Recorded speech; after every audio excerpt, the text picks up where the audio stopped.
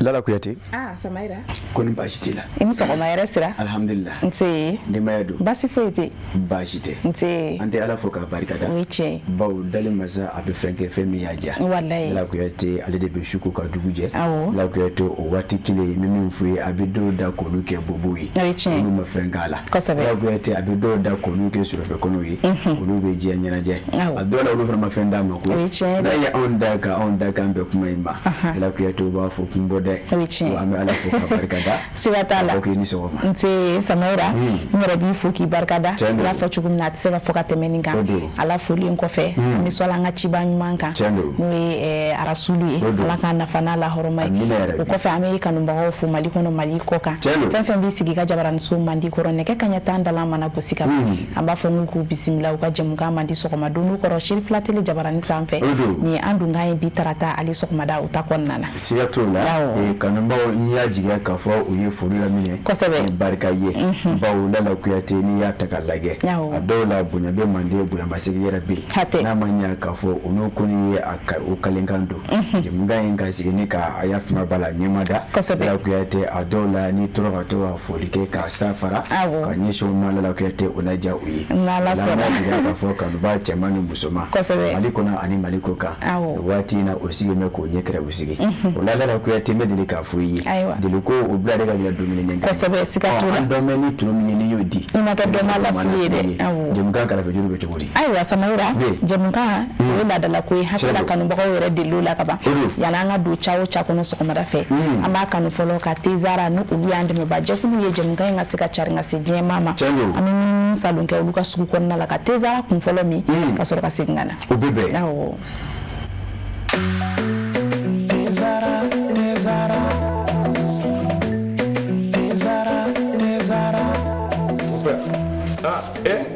amona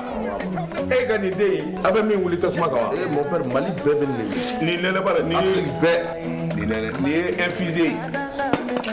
ka ji kala ka kɛ te kan o nene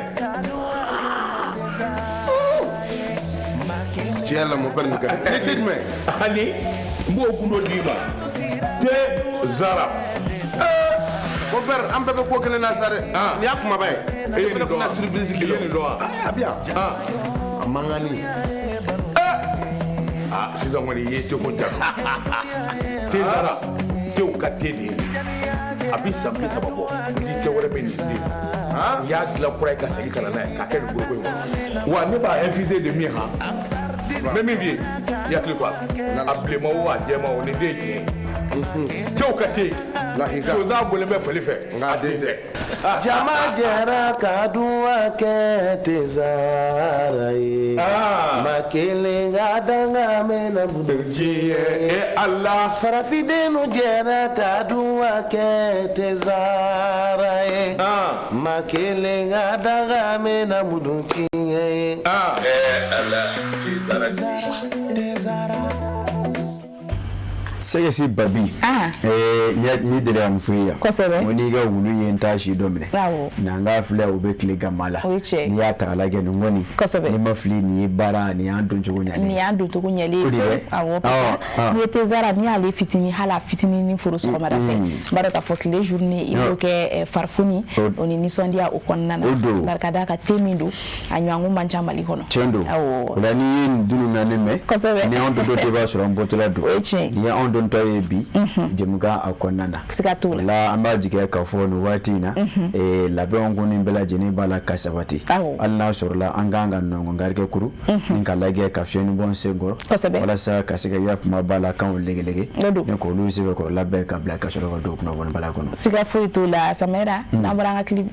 tizara la amna clip du jour folo la ni o karamu ko sholenyi o karamu ko shole anga lambe okay zigiri mama karamu ko shole ara to ko ngadi de eni shome de wa shome fana ka temo beka awo am kara mo shole nga no blanye mada ka soro ka singana obebe Lala Kuyate Samaira ko ala ka maliki shi futine ma ni do mambadi futine yemuye futine yote balawuya ode balawuya futuna ni balaw ne kon bula be kelen e ma ni clip yɛrɛ lajɛ ibe mɔgɔ wulile ne jamana kɔnɔna na u bɛ ka fɛnw jeni ya ka balaw wuli jamana kɔnɔ o de ye futinɛ ka maaw la funteniya futinɛ o yi Lala Kuyate ka nusongoya ko kɛwale dɔ k'o kɛ Lala Kuyate min bɛ bange tiɲɛni na Lala Kuyate a dɔw la olu b'a fɔ ko i bɛ a daminɛ don i t'a laban dɔn n'a daminɛna a bɛ laban cogo min na a bɛ waati min na o dɔnba o ye Ala ye Ala k'an kisi futinɛ ma Lala Kuyate futinɛ a bɛ sɔrɔ fɛn minnu fɛ Ala k'an yɔrɔ ma janya ka bɔ madama an bɛ jamana min kɔnɔ waati in na an kan k'o dugawu an kan ka sinsin olu kan an kan k'o kɛ samayira kosɛbɛ basa an bɛ waati min na a ma nɔgɔn waati a latɛmɛli ko ɲuman an bɛ dugawu kɛ Ala k'o nɔgɔya ni Ala ka muɲu n'a sabali min b'an na halisa Ala ka dɔ fara o kan Ala k'o dɔn Ala ka jamana kisi futinɛ ma ni futinɛ tɛ yen min bɛ na o y'o dɔn wa o ye bɛn ayiwa Ala ka bɛn sabati amina ya rabi Lala Kuyate o b'a to min bɛ tali kɛ kunnafoni gafew la an b'a lajɛ bi kunnafoni sɛbɛnnaw o se bɛ ka minnu fasiri n'an sera ka minnu sawalo ka kɛ ɲɔgɔn kan k'o lase jɛmaa ma ayiwa Samayira y'a fɔ cogo min na an bɛ an ka essor ta sɔgɔmada in na tuguni ni o ye laada kɔrɔ y'an bolo n'a ye essor ta min bɛ tali kɛ san laban ni kiimɛnniw baaraw la o siratigɛ fɛ min bɛ tali kɛ kapuw la olu kɔni ye kɛnɛ datigɛ tiɲɛ don Lala Kuyate n'i ko kapu n'a ka di ye i bɛ a farafasiya Lala Kuyate bawo n'i bɛ tagale kɛ i b'a ye k'a fɔ san kɔnɔ Lala Kuyate o de ye n'a ka di ye san laban kiimɛriw o bɛ nun donni o de ye Lala Kuyate hukumu kɔnɔna na o k'a ma ko certificat d'aptitude professionnelle a jɔɲɔgɔnna o de ye kapu ye a san 2026 tɔ Lala Kuyate ka bɛn ni mɛ kalo ye i b'a ye k'a fɔ o ko ni baaraw nun donna ka bɛn ni kunu o ntɛnɛ donya ye Lala Kuyate a bɛ kɛ sababu ni ka san 2025 san 2026 a san laban kiimɛriw Lala Kuyate ni ka olu kunkan gosi Lala Kuyate a ko Mali jamana kɔnɔ n'i y'a ta k'a lajɛ ɲina min bɛ tali kɛ kalandenw minnu b'a la ka taa o gɛrɛsɛgɛ si filɛ nin ɲɔgɔn dan in na n'o bɛ tali kɛ kapu la certificat d'aptitude professionnelle Lala Kuyate i b'a ye k'a fɔ ɲina a bɛ se ekɔliden 19 186 bɔɲɔgɔnko ma Lala Kuyate minnu cɛla an bala npogotigini 689 bɛ o la a ko Lala Kuyate o kɛmɛ k'o tila yɔrɔ minnu ɲɔgɔn cɛ o bɛ taa bila 185 la o k'a ma ko centre Lala Kuyate n'i y'a ta k'a lajɛ maa minnu bɛ taa a gɛrɛsɛgɛ si filɛ ni a waati sera ɲɔgɔn ma ko candidat libre taa jɔ maa 10,511 bɔɲɔgɔnko la a ko Lala Kuyate n'i y'a ta k'a lajɛ kalanden ninnu kɔni u na taa olu ka ɲɔgɔndanw kɛ baara bolodaliw caman na n'an ko min ma ko dessin dɔw ta ye technologie ye Lala Kuyate travaux pratiques yɛrɛ dɔw ta ye technologie générale ye fo ka se Lala Kuyate mécanique générale ma menuiserie bois ani construction métallique ani électromécanique Lala Kuyate ni ka sɔrɔ ka se mécanique automobile ma ani maçonnerie a ko u na taa ɲɔgɔndanw kɛ ni baara bolodali ninnu bɛɛ lajɛlen kɔnɔ Lala Kuyate docteur Amadu Sise Wane ale tɛ kalanko ministre ye wa ka bɛn ni kunu min fɔ ye sɔgɔmadayanfanw ye a yɛrɛ ye sen fa ka taa centre de formation professionnelle Sumanguru Kante la Lala Kuyate Medina Kurakaw fɛ ni ka taa baaraw nun donni a kɛ a ko n'i ye a ta k'a lajɛ o centre Sumanguru Kante kɔnɔ Lala Kuyate i b'a ye k'a fɔ ekɔliden minnu kɔni bɛ yen ni o bɛ ɲɔgɔn danw na a bɛ se maa 530 bɔɲɔgɔnko ma minnu cɛla 428 olu ye CLU ye a ko sali 17 de bɛ yen Lala Kuyate a ko n'i y'a ta k'a lajɛ baara in bɛɛ lajɛlen ko nun donna ni Mali jamana jɔnjɔn o dali ye ka sanga ni drapeau o fini fana ni ka yɛlɛ sanfɛ o baara wuli tɛmɛ kɔfɛ nɛgɛ ɲɛ 8 waati min bɛ tali kɛ ministre docteur Amadu Sise Wane la ale labanna ni ka taa enveloppe kunfɔlɔ ni k'a dayɛlɛ sali 4 o kɔnɔ Lala Kuyate i b'a ye k'a fɔ copie 135 de tun bɛ yen Lala Kuyate ka baara bon min kun kan ka k'o kɔnɔ o de ye dessin technique ye Lala Kuyate a ko ni ye min gɛlɛya o ye o de ye k'a fɔ bɛɛ lajɛlen ka pan a kolo la a ko Lala Kuyate baw bi denmisɛnnin o de ye sini ɲɛsigi ye a ko jamana jigi bɛ olu de ka sini a ko o la u ka gɛlɛ Lala Kuyate jaabi minnu b'a sɔrɔ o fɛ u ka kɛ u yɛrɛ ka wɔsi jaabi ye akulela kuyate uribe kitsabe no ko nafa ne ka jamana nafa janko mawara kasika bo onuma akonga ni oyu otakela kuyate nyingalo ne kare flowi ako adawla abike subabu ka jabi ne ka jashi okumu ko nana bara atanya munongono oyesuru wenwi alabana ka yene ofela la kuyate ako ukabara ke ya mabala cleaner aninje yako no tugo mena jabi sikikeme ka munongono nuka ke jabi ni moyi la kuyate ministry Amadou Sisa wane ako ni labana ka do de ke oyi kafo la kuyate ni ne pasili kaka madama alaka no ya oluyi la kuyate ko ni baraka ntugula abeni kunu tene dunya me kalo kleta anishigi uribe ke sababu ka sala ba kimiru examen de fin d'année scolaire ko nundo faso mali kono la kuyate kasane kapo obara nundo ni Samaira atete meni ngami do ke kalandunyi mama ni esi menyi na sanda banki menuna alaka sika jabi mondi fo kalandunyi fana uka tani bara uyo dondon uka keni hakili ya sa jabi mon fana psika soro awo ulami independenta na nyota sele kane pate ba fo kalandunyi ko felo bodon te wulode ni taduni bela ko yate kele sele soforo kuna mo ba ya za do ngula de Samaira nyanga ke kimeni alebe damme kabi kalandu aywa bashite awo ni bi fe ka jabi man so la abdan me kabi kalanta du ngata se ka waji ni wati na bigi ni me fa wo pembe la ko fle nya fle du bana o te fenya o borala o borala telephone te do iti ke fle iti ko fle iti nya ikele iga fe ikele nimbi kuna o sera gabo ala tembe ga chi machine ayi de ala pete bigi koni ko bigi ni mbolo ni mo serama adola ni la kwete ite chef la kala aywa ibise docteur yana mune yetundo ite zabali aywa bajite la kwete afu kala ndunyi afu ko kafara bigi nunguna bigi nungunto fu kene wati afa wode bejike ala ka jabi la Samaira me pananta na nyota metalike seliba kalola ko hakilla likoni ko oblala mekalo klimuga ani wolumblala bali jamana itara resuraiwa aywa ay basite wala kuyati no do anana ngo ngarke yi ina fo ya tagalage kunu to mena wala kuyati anda sera makunu midile ka fo ye ni nega takabla te fera fo mingu te kagala yokui ako kuma ko na wala kuyati no wati ina ako jema na kadiye alislamo anyeshi mefengere mima binala kuyati odeye sa afaseli na kadi wala kuyati nazara ko mako ako abiso ka arabuta aid el kebir ko arabuta aid el kebir ode to abun nazara ko afoto wadala kuyati amba mano anga mako sa afaseli to abu ko mako tabaski wana wazi na kuyati mimi mfuyi ni ambela jinego ni nyekshi mefemima odeye oye akuna manya kafo abaroto nya jatemine ko akula la kuyati odo kuma ko na maleje mana ministry so ni kabarobeta kanyeshe dine ni bato do ni maberela la kuyati mimi mfuyi oye la sedike we ajira kafo mi betale ke siliba kalula la kuyati kafo ko akoni ajora akligale okera kabini tenedo mekalo kleta anishigiye maleje mana fanta anane bela jenefe la kuyati ko bayira kafo mi betale ke siliba barawula faso maleje mana kono la kuyati inafo anake fanro fe chogomina akole la kuyati anga jamana kono siliba baraw abeke kabini mekalo klemwa ani wulumvla samba fla ani mwono woro na toyi ano check le juli anato eko atatite me cliché ginkan cliché gwa wal makono to bien clé kono do clé tan kono do clé mwono wulumvla ayi nanya jato fe anga ke ka jate calendrier ne kumika jate ni kumki no te no do atol kumki tan duru bonyongo ayi de bien de 19 yi on est 8 fara 9 kan o te 7 ya avec les gilets yi ma fili Samaira kana kumulo nyaga ayi komi ne ba fa ira fo mo big mbebe mo te fene do ayi komi nada araba na ta kunyogona ne ne ata o fe utasema shinde arabaya huku nyuma yeseli bashite ni atalage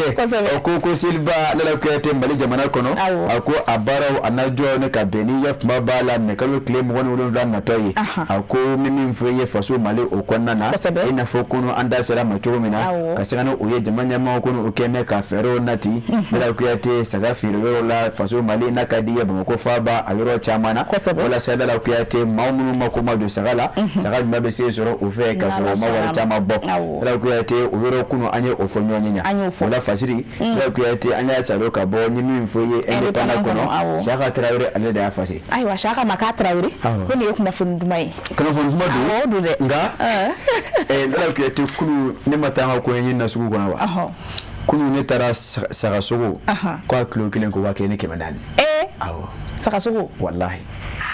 sama era ma nɔgɔn dɛ ni ma saga sɔrɔ tɛ taa cɛ kurulen sa ɲinan kɔni ko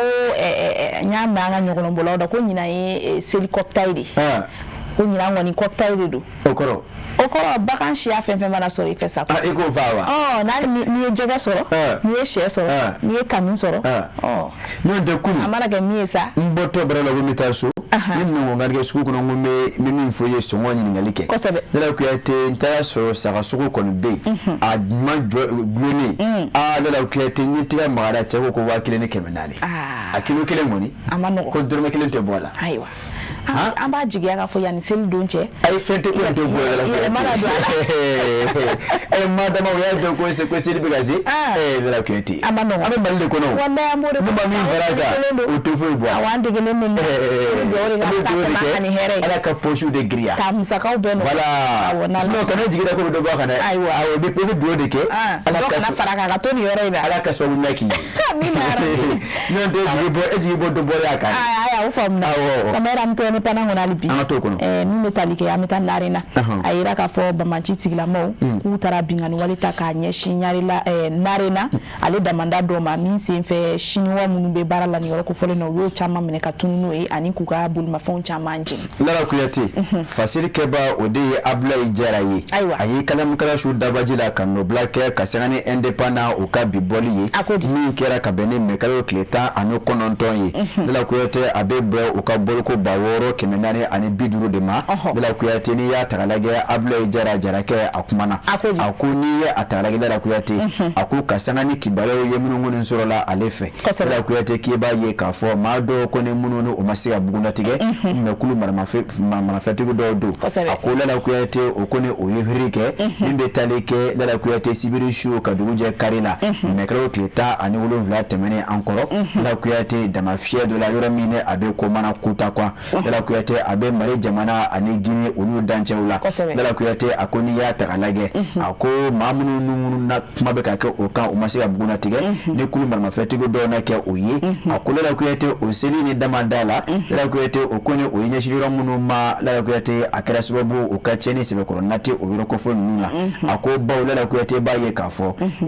i da sera yɔrɔ min ma kɔrɔfɔ daminɛw la a ko a kɛra sababu ka mobili 6 bɔ ɲɔgɔn ko Lara Kuyate k'olu kɔni kɛ bugurujiya ye Lara Kuyate mobili 2 wɛrɛ tun bɛ o la minnu ye cogo ye o diya Lara Kuyate o taara ni o mobili 2 ye a ko hali bi ka sanga ni kunnafoniw nasiraw ye olu y'a yira k'a fɔ Lara Kuyate Chinois dɔw olu tun bɛ baara la ni damafiyɛ in na Lara Kuyate ko o ye olu dɔw fana salo ka taa o fɛ a ko n'i y'a ta lajɛ Lara Kuyate a ko nin waati an bɛ min ko na bi a ko a ka gɛlɛn maa ka se k'a fɔ ko Chinois maa joli taara o fɛ Lara Kuyate ko bawo Lara Kuyate n'i y'a ta lajɛ ka fara Chinois kan a ko hali min bɛ tali kɛ maa naminɛsumayaw dɔw la minnu tɛ Chinois ye a ko Lara Kuyate o ye olu dɔw fana salo ka taa ni o ye a ko n'i y'a ta lajɛ Lara Kuyate a ko nin kɛwale in kɔni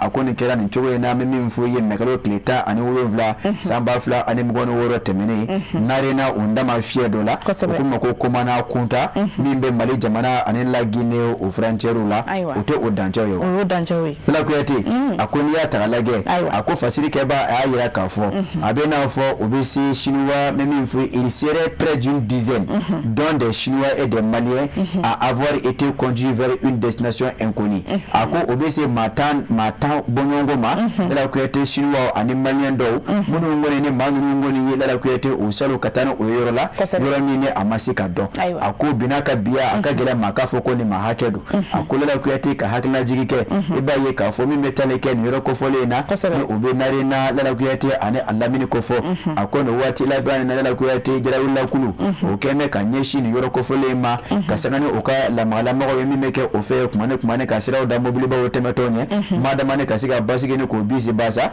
la ko ete ka sangane mauja o pampani ye la ko ete ko o yeke wale minyo nyame o fe bamako anu kuruma ni nyonche akonga ni ya tala geza la ko ete na manya ka fo obe o chugola mali jamana wulu masiri tabau la ko ete o fana bala ka o nobo ba ni ya tala geni wat la ba infanana mimi fuyi wulu masiri tabau o ka wulu ka joga da sababu la ko ete kasika jara wala kulu chamana ka ulu bona onina ni la sababu ni kasika jara ko ete bamako ani gini chesira ni ka ulu ko ni ka anga temena anga tayi la ko ete fasiri ke ba min betale ke abla jara la ari de ya fasiri la ko ete ani ni salo ka bo independent kono kasano o ka bi boli aiwa samaira atite meninga sana ba independent kono to independent anga to la ko ete nan torai amita gaw otori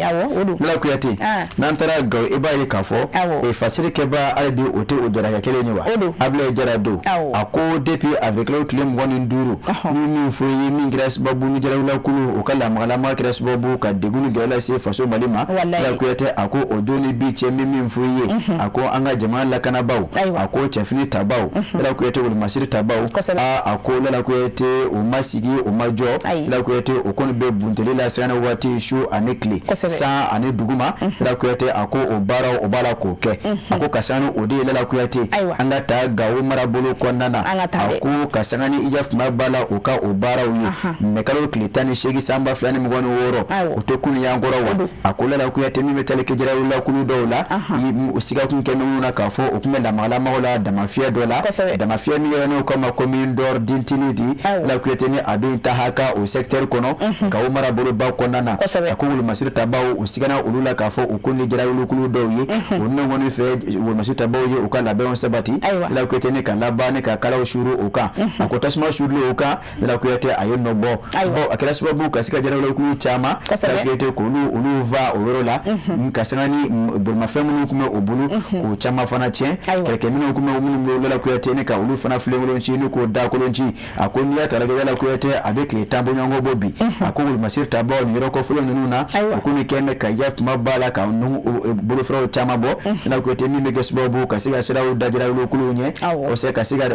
bali ukala mala maola akoni ya tala ge mekelo kle dan duru temele e baye ka fo anga chefini tabaw ukasa ava sulu kala sababu kasika jara la kulu la ko ete o chama fa ko sebe kilo bi wora bonyonko ani gawni nyonche akoni ya tala ge mekelo kle tan ulu vla la ko ete e baye ka fo alibi hokumu kile konnana ako oka ul masir tabaw kala mala maola fna kala sababu kokura kasika jara la kulu manya mado la ko ete mi kime ejesi kono anu oka e barake nyon chama kulu ke la hara dugulunyi abla jara le de ya fasiri anya salo ka bo ya fuma bala ende pana kono la ku yate kasano ka biboli samaira atete meni na mai ende pana bla alibi kuna fungu na sira fami indicateur du anda tayi de la ku yate na tare am tanyono marala anga tanyono na sira nyono cercle kono samaira dalike malu sene laula o ni wati na kulu ko ni me hamini jorola kasangani malu dashilembu bulu munu masika feri halibi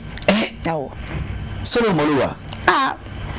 que les producteurs de riz étouffent sous les stocks invendus. Samaira akoko ni flene sa. Andra hami malisa jogole. O achama bulubule lutika fere chogo soro. Lala kweti. E jana tiga ya.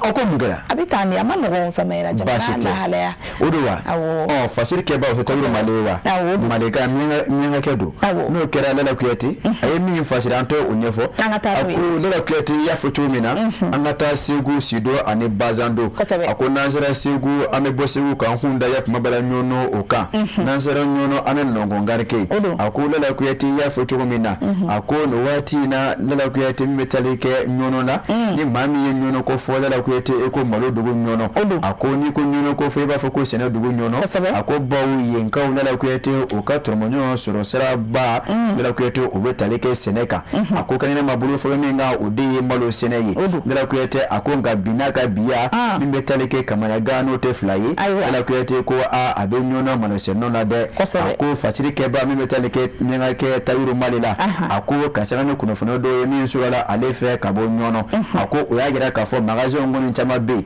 la kuyate magazin no ngoni o fame de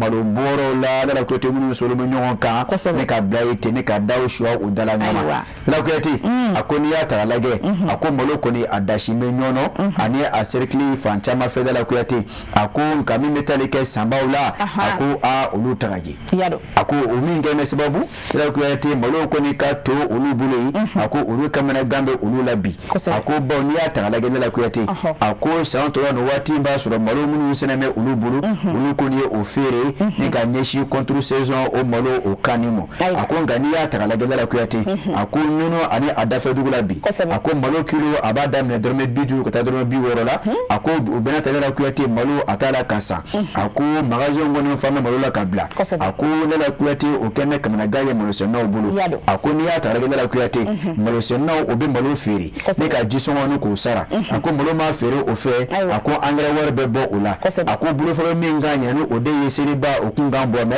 ako la kuyate malo fere lo be malo fere ni ka seli muzaga no ko ke ako ngala kuyate binaka biya ako magazin ne fama kabla te do malo la ako atala kasiga sa kasbabu ke la kuyate mu metale ke kata malo sa ako uchama sirana kata malo sana ako kasana ngiro wala la hala yi ya idasira malo to mina mu wala kana bariya oguna ngui ako la kuyate okumu konana ako malo seno ya ira kafo jigiya kele mimbe ululabi ule ko uye kuna fana sura kafo male jamana anata malosa ako nous avons été informés que l'État pourrait acheter le riz local cette année. Aujourd'hui, c'est notre dernier espoir pour sauver la campagne. Ako jigami be ulula uye kwibala sura kafo jamana anata balomi ngoni mesena on yere fe no kama iri lokali ako jamana nyima nyina okala ngona ko sanda la kuyate ako ujiga debe uluye ako na manya kafo obu utugola wana soro chenu ko jamana nyima beta o malusa ko okatira kata osa ko ba ko contre saison malu la kuyate ko ko berete one kani chebli chenela on na fara ko ka fara mal korenka la kuyate ko amemi fuyi akula la kuyate ke baye ka foko adola ko abece ko do fara ko ka do fara doka akote maloide akula la kuyate ni atara lage ako kuma ko nana wole ko ndato do do kanyishi jamana nyama uma ako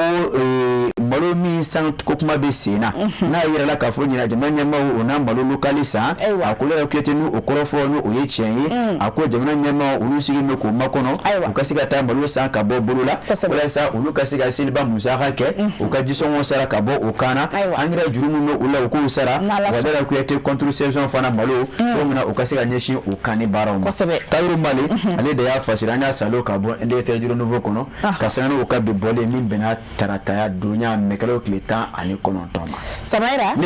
atete meninga la nyonongo ukala nyini famuna jamana nyama fana bega mi foko jamana nyama ukote halmi cheta anana dilala ka ke chien amina rebe ni chien fana da anala dilala ka telia asa ko siga boni kama na gani ndi ko wala ameto indicateur kono amta samarala dala gweti awo sona ngata sa rata la yerata mo brodo san nyuti samera wardeti war ko ni beku itidani ka mutu ni ga flashiru la gana wardeti samera no tani warbe sisa nyara bitan ko ngon fanga nake ta chogodi samera anga chedu ne dambulo busalo neche ala kana ko fa ndambe ulde na neche busela bado ka foduna na tawla do farasiuga tanga bodi ngono ete feregeza ni wasure ka tasa ko sabedo warga so yeko akilo biduru bioro ya ndo amga sa bikononto keme odone eletera do sansula bikononto abana odude oluba ka fere biduru bioro madone e mami tara chama sai anakibolo wasaide ina chama sura ka sura ma wacha mambo eche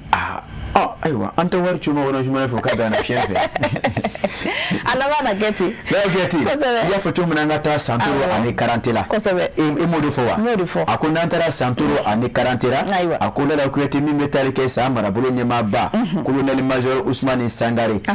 la kuyete ayo kungambo la kuyete mi fo ye colonel major Ousmane Sangare mi bi sa mara bolo anyema ya be alebolo kasane jamana nyema uluka la nyini akunda la kuyete ayeta balo goshida kabine mekalo kleta ani shegi samba fulani mugwanu wɔɔrɔ ye a ko ka sanga ni a ka kunkan ye Lala Kuyate a ye a yira k'a fɔ nɛgɛ ka ɲɛ 21 sanga 30 ma gosi Lala Kuyate min bɛ tali kɛ IAF kuma b'a la bolimafɛnw na min n'a ka di ye mɔbiliw ani moto Lala Kuyate a ko u bɛɛ lajɛlen ka lamagalamaw ni taa ni seginw jɔ ten yewu fa nɛgɛ ɲɛ 6 sɔgɔmada fɛ 6h du matin fa ni u dana gosira ko san a n'a marabolo bɛɛ lajɛlen ko fo ka taa fɔ ni don min sera jusqu'à nouvel ordre. Lala Kuyate a ko n'i y'a ta ka lajɛ a ko Lala Kuyate jamana ɲɛmaw mandama san marabolo ɲɛmaw u ka nin laɲini min filɛ ka kɛ o fɛ tan a ko a bɛ nɔfɛtugu kɛ min Lala Kuyate o de ye lakanabaliya o dɔn yɛrɛ ye nin marabolo kɔnɔ Lala Kuyate madama santoro ani karantela a laminu a ko n'i y'a ta ka lajɛ sibiri don nɛgɛlo tile 16 san ba fɛn ni wɔɔrɔ an kɔrɔ a ko Lala Kuyate tɛnɛkaw fɛ yen a ko u ka foroba kɔɲɔ min bɛ kɛ na a bɛ wele ko tɛnɛ ka kɔɲɔ a ko Lala Kuyate o kɔɲɔ don yɛrɛ wuladanfan fɛ i b'a ye ka fɔ jara lakulu filɛ ka taa o sen don kɔɲɔ na Lala Kuyate kuma min na mɔgɔw bɛ nisɔndiya ani munyamunya na o filɛ ka taa mɔgɔw ka kɔɲɔ yɛlɛma ka kɛ sangabonda ye kɛra masiba ye Lala Kuyate a ko o kɛra min kɛ san marabolo ɲɛmaaw de a yira k'a fɔ nin ko ye ni sigi tɛ bɛɛ Lala Kuyate ni sɔngɔ ɲɛnamin de bɛ sonsoro a ko hukumu kɔnɔna na u ye a ɲini k'a fɔ walasa ka se ka an ka cɛfini taabolo dɛmɛ u ka baara la jamana tangani ani lakanani baara min bɛ kɛ o fɛ ko nɔgɔya o bolo Lala Kuyate ka maa namana sumaworo sen sumaya ka bɔ o siyɛnɛ kuma min na u bɛ baara la a ko o y'a laɲini k'a fɔ nɛgɛ ɲɛ 21 tɛna ma gosi Lala Kuyate o ko nin mana maa ma sɔrɔ diɲɛ yɔrɔ yɔrɔ ni bolimafɛn de b'i bolo k'i ka o jɔ ye ten i ka tɛmɛ ni sen fila ye Lala Kuyate a ko o bɛ mobili la n'Ala ye dugu ɲuman jɛ i bɛ baara minɛ na tɛmɛ n'o ye a ko mobili la a bɛ moto la a ko bolimafɛnw a ko des engins des véhicules et des motos a ko Lala Kuyate ni nɛgɛ ka ɲɛ 21 sanga 30 ye sɔrɔ n'i ka moto yɔrɔ min na e ka jaratani a kan sɔgɔ i ka tile bɔ a la e ka kalifa dɔ la i ka tɛmɛ ni sen fila ye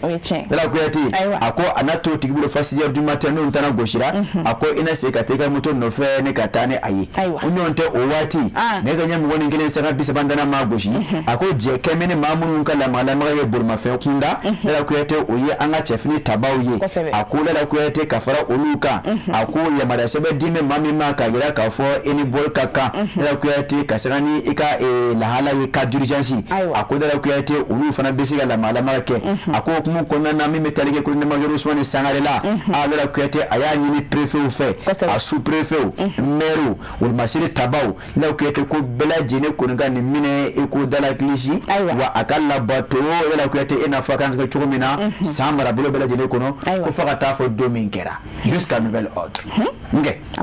Lala Kuyate a ko u b'a ɲini dugudenw fɛ san marabolo denw fɛ ko kuma min filɛ ka fɔ ko o ka labato i n'a fɔ Lala Kuyate a kan ka kɛ cogo min na Dirisa Cɛnɛ ale de y'a fasiri an y'a salo ka bɔ indicateur o kɔnɔ Lala Kuyate ka sanga ni o ka bi bɔli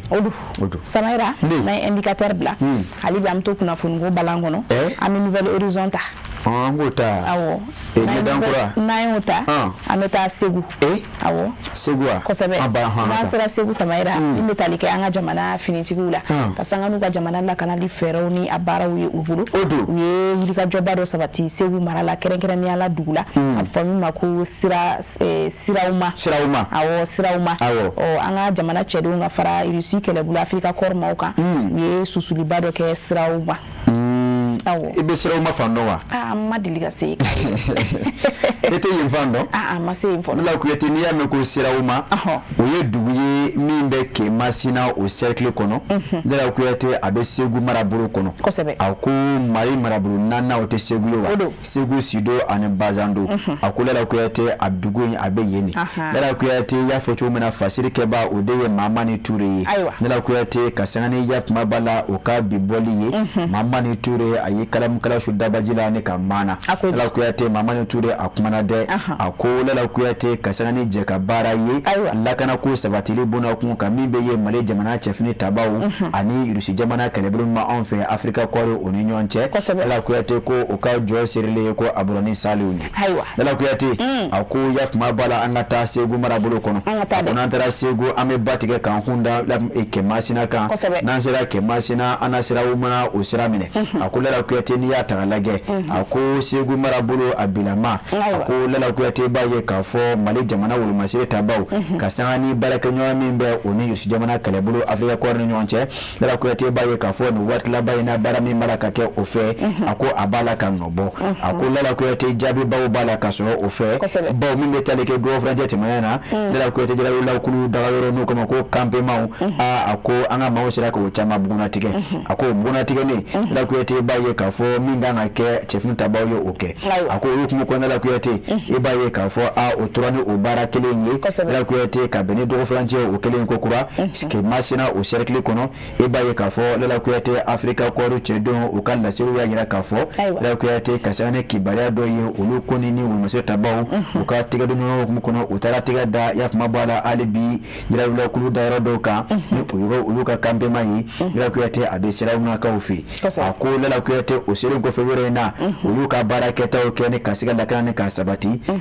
o ka shoda do kambe mai ko lala kuyate ne kala rabuluke ala rabulu abana me lala kuyate ba ye ka fo atara suru fencha man ko ne be yiro ina me metale ke ya fuma bala o ka kele ke mino chama o tara ka muntu ako lala kuyate ka fara uluka e ba ye ka fo marma fe chama o tara ko to ako kiso o tama o tara ko luto ako uniform metale ke uru masita ba ka finuna la kuyate o chama bone fana be ako lala kuyate mobile ani moto ka pièce koro la kuyate o fana chama bone no o koi la kuyate kase isansi bidon ma ko o chama fana be ako ni ata la kuyate e ba ye ka fo abara ngone akada sababu la kuyate mi nga akela sa kasiga yoro ngone la kana o bara o ka ke anga chefni tabaw fe e ba ye ka fo clé dama dama ka ko unye nono o cercle kono la kuyate albi kasane afrika kore ani anga chefni tabaw ye ulu fana kuntara bo o ka kambe ma do kante la kuyate ura mi fana iba ye ka fo e jira la kulu ukumbu la kata ko ka bro fana mi chama to mi metale ke yaf ma bala pano solaire la kuyate pano solaire okuma mungolai ka yele maneke chauffeur wa samera okuma yele ne manano isage pano fana aiwa pano solaire ani ko arajo ko ki waru ya la meula emma u fana be dubu kimbare ya odo kimbare obo la meula bo la meula de ma edo min fo bo la mea haiwa akwani bi bolo ya sa jombolo abi jombolo fasiru ga se woro ayo tanda la no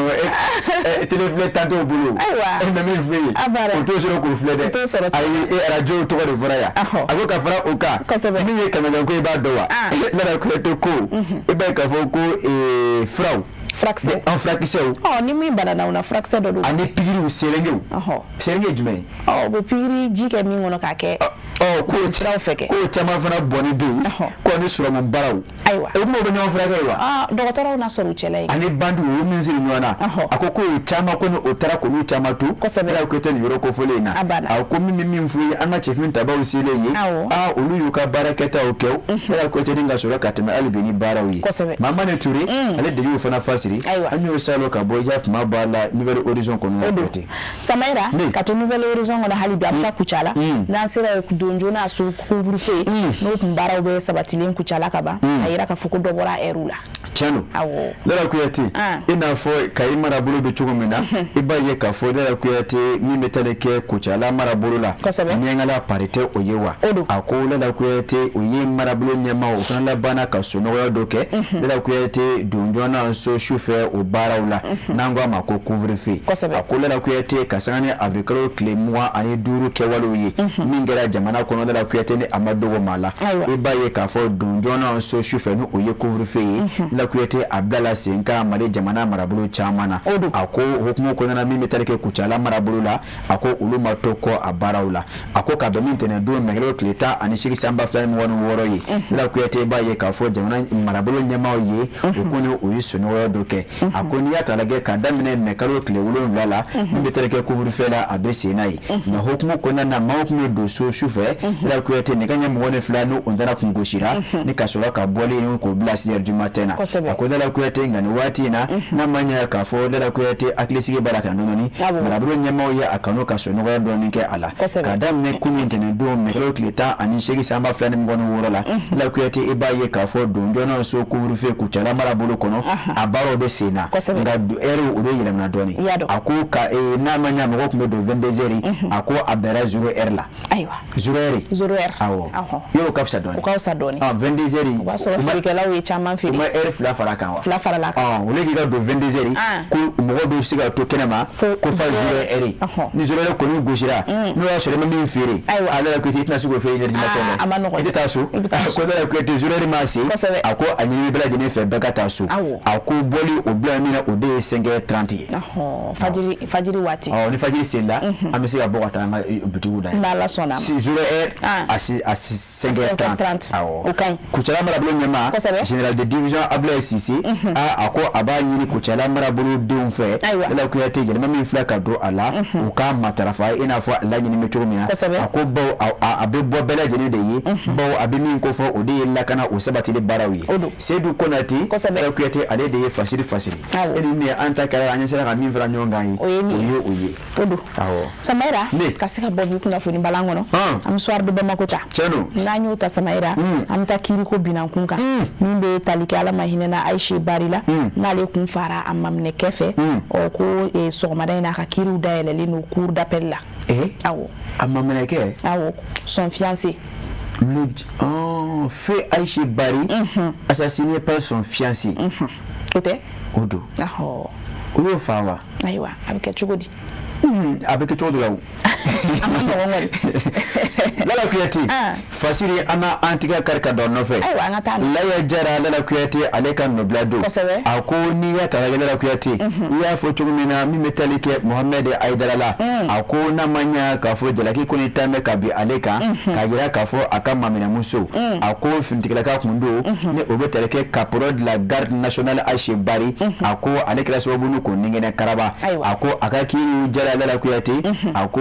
abeda yele bi Bamako cour d'appel konanda akona manya ka fo akunkeme ka baro juada kabla avec le claim woni kini sama fer mo woro la ko yati kasani baro buldo chugoyi ula bana ka kiri sikeme ka min kono ka baro juada ka bi mekalo kleta ani kono to samba flani mo woni woro ma akola ko yati ko nyera akela yoro jume akola ko yati sira to anga kale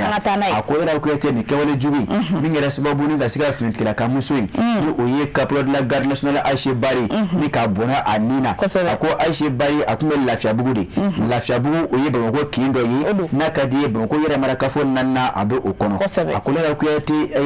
la jeune caporal Aisha Bari ako finti la kado garde la kado la ko yati ibaye ka fo dunkile so madakili ako ni musula kayne balla ka jeni ka banti la ko yati ashiso kono a péri brûlé vive dans sa chambre au petit matin. Otoyi brûlé vive kajini kanyene majini awo la kuyati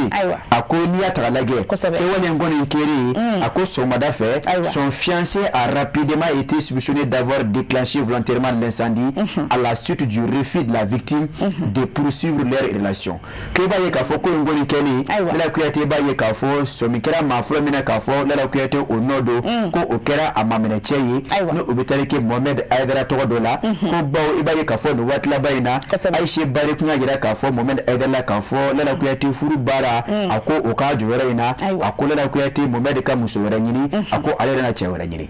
ako la kuyati baye ka fo abena fo okorofo umata Mohamed Aidara o aleka jimi sira ofe ako o masiga ku alefe ale majeni oye ako abena fo odeke mesababu la kuyati akala bani ke choina ako kera minge ibaye ka fo Mohamed Aidara onno ngoni fe kiliti la mugo oye awele ngo fe otara da brigade territoriale de gendarmerie la bango kura la kuyati afrene ka fiemboro suwene ka boyne ayereye ako abule ngo fe la kuyati la kuyati akuma achara ako onno ngoni fe domina mamunu kuma gardla no betali ke la kuyati Mohamed Aidara buldona ako la kuyati o chuda ulu kola ako chuda ngo fe ola ka fo Mohamed Aidara sala ka bochugo di ako ka fo auta kalama ako la kuyati o tenyo jele ni ko la kuyati baye ka fo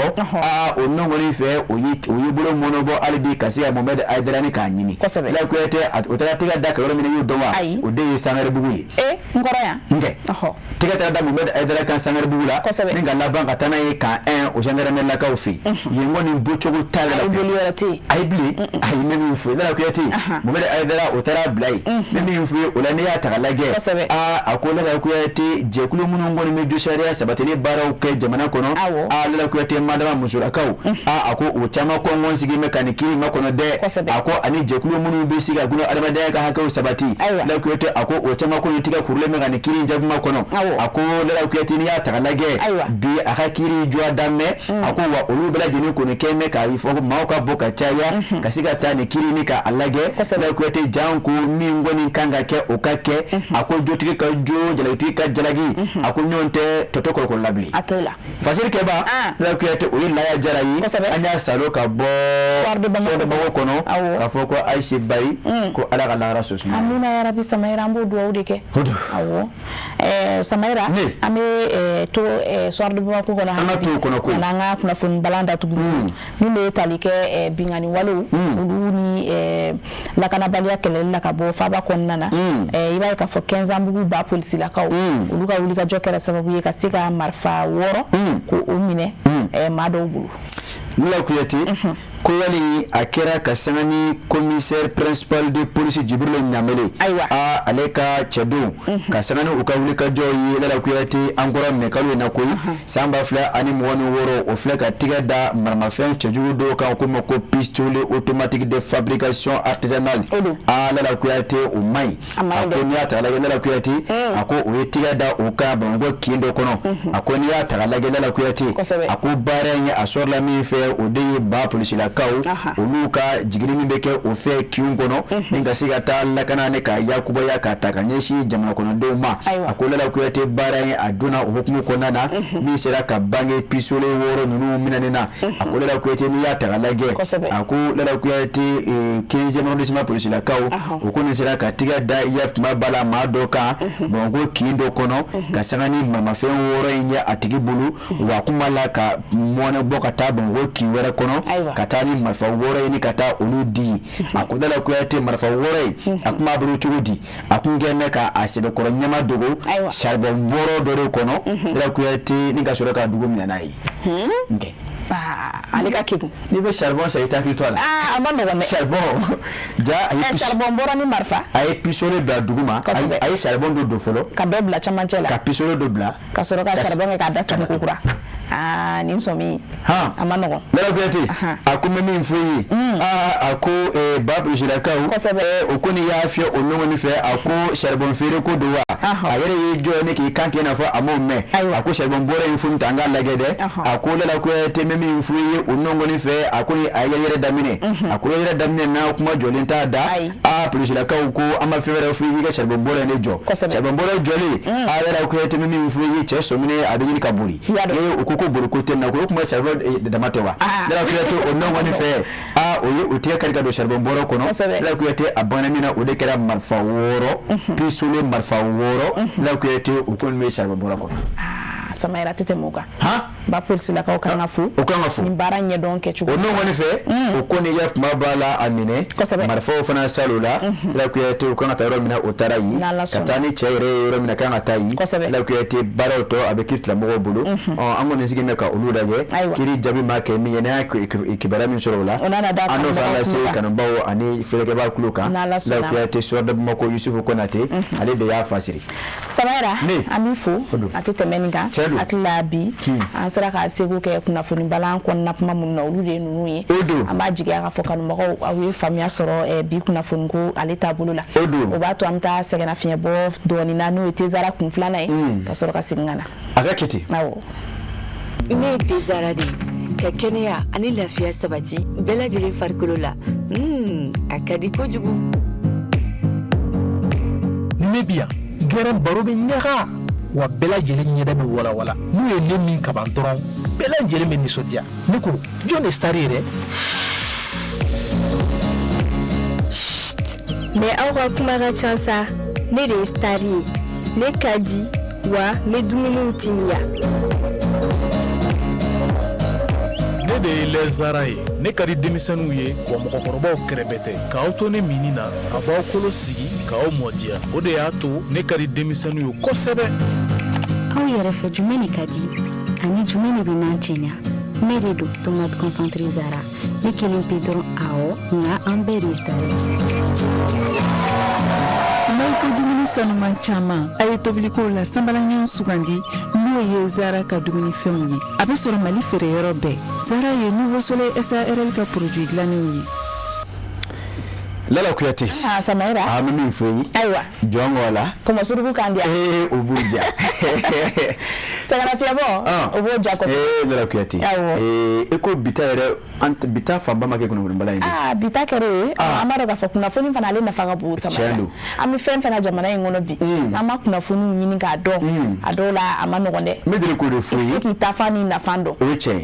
Medele ko de fui. Ngo dumune aneji. Obe komo ane mina bashika manivina nga kunofuni senzene akarle asuna Lala Kuyate obi mahakli faka shirma family da wallahi sikato la Samaira za ta la Lala Kuyate wala anya kanu ka bita infa market manda ma kunofuni mu mana makono ibaye ka fo na fande kun ka na fabula ko sebe Samaira abi jamana kono don na fa abu na fa Lala Kuyate nyonte meni wati mina na funu ko ale na faka bu ko sebe yoro Lala Kuyate wala bijim ka sananga kunche ko sebe ame yak mabala clip du jour flana ante don la geula Isa Jila balmaya kosebe ninga sura ka jemka kuncha nala sonote basi awo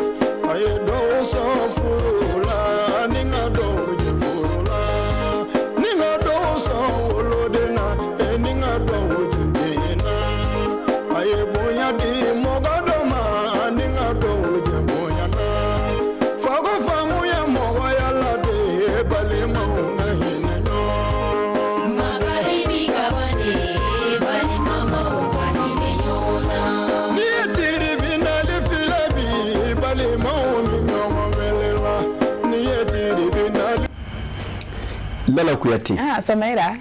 balamaya kadi kosebe balamaya ye kewari ye wallahi sinye hine ani tinye Lala Kuyate ola amedu wake nywanye kosebe ala kanke balamanya amina ya rabbi madama ame wati na Lala Kuyate kosebe ame seliba hukumu konana ambula ame saka seli hukumu konana ambula kosebe balamama ka hine nyongana Lala Kuyate balamaya ni kewari do balamama ka kenywani watina kosebe Lala Kuyate ni kera swabu ka mama wanyege chenu watina Lala Kuyate alna tigma doyi ala ba doyi wa adola afraka cha ala fe la Kuyate o chama ba don eye parce que abito hakila wallahi ni mama de meni watina abijo hakili fede fala parce que wati bindo bela jilimba do maliko no maliko ka wati no gonte akornedo mama mana afimba ni watina ko Samaira oboma di hakili la de kodi Lala Kuyate chena urola aiwa bashite ula baloma ka kenywanye ku hakili to ngona ka hakili to nyona ofana kafara baloma ka mangena nyuma tugumu numbi Lala Kuyate ante sega ante nyina ko were kana alibi hina ale makarnyona ma Lala Kuyate munu ba ke ko lufo ko wale nyumando ina fanya fo chona Lala Kuyate aku Lala Kuyate nyuma ya tamasire na kadi nyuma ya na so drapeau do na so abeye Lala la kuyate ba ka fo enfana karamo ale tun ba draputa ale ɲumanya misali ne la kuyate même fo dogo ane bangela bani a be chama ke ne la kuyate mais mɔgɔ tɛ se ka bɛɛ dɛmɛ non tɛ même dan isedi dan isedi hali ni tara bajila i b'a min ka taa k'i garizigɛ tɔ to yen non tɛ bani ne la kuyate ni ye se ka ye i b'a ye ka fɔ ne la kuyate a t'a fɛ ka maa ye degun ani kamanagan ne la kuyate o la m'a fɔ ka waliɲuman dɔn ka fɔ ko ala ka a tugu a si ala ka bolo ala ka bila ka misɛn la kuyate bani tɛmɛnen kɔfɛ i b'a ye ka fɔ maa dɔw fana b'a la ka o sen da la kuyate n tɛ ɲinɛ n ka sirifukɛ kɔ min bɛ tali kɛ ali bɔkari ayidara sofara sirifukɛ ne la kuyate tɔmutu sirifukɛ ne la kuyate fɔmabugu sirifukɛ ne la kuyate sirifukɛ min ni a kini bolo ka jan a ɲuman bolo ye sirifukɛ min b'a di ne la kuyate n'a t'a fɛ maa ka bɔ a kalama ali bɔkari ayidara don o waati n'an b'a fɔ ka waliɲuman dɔn ne la kuyate ka fara maa ɲinɛ cogo caman kan ne la kuyate o la an bɛ jɛ ka bɛɛ lajɛlen fo ka waliɲuman dɔn ka fɔ maa ma se ye min ye ne la kuyate seli ɲɛkɔrɔla in na k'a kɛ maanifi ɲuman ye ne la kuyate n'i y'o kɛ a dɔw la baraji n'o yira la e la kiyama don i n'a fɔ ko ale kun ka don di lala ma ka di Samayira ma Samayira faamuya hakili la an bɛ kanubagaw fo k'u barikada fɛn fɛn tun sigilen bɛ jabaranin kɔrɔ k'a fɔ ni ne kɛra an seko ye bi tarata dunya in na ka se ka n'o yira aw la ni ala ma basigɛ n'a ye sini fana yira an na hakili la an bɛ ɲɔgɔn sɔrɔ jɛmukan kura ka se ka o boloda aw ye ne la kuyate sani o cɛ an bɛ taa Fana Tijani Konate ni bitigidala mɔgɔw o waati in na o sigilen bɛ ka o ɲɛmada nka n y'a jigin k'a fɔ olu hakili na sɔrɔ n'a tigɛ bɛ n'o tɛ nin waati in na ka se ka ɲɛbila tele fɛ seli ɲɛkɔrɔla in na i b'a sɔrɔ saga sɔrɔ la an bɛ Tijani Konate fo n'a ka denbaya ani bitigidalamaw n'an bɔra ti ko Fana bɛ taa Masina Seyda Umu Jara Madame Jara Seyda Umu Koita yɛrɛ ko in dɔgɔ caman yɛrɛ gansan Masina donna kɛ ni boda caman de ye Malo dugu Masina don Jɛgɛkɛnɛ dugu Masina Bɛla Kuyate an bɛ Umu fo ka waleɲuman dɔn ka Masinakaw bɛ ɲini fo a cogoya la n yɛrɛ terikɛ bɛ yen ko Bakari n m'a fɔ kosɛbɛ ko Bago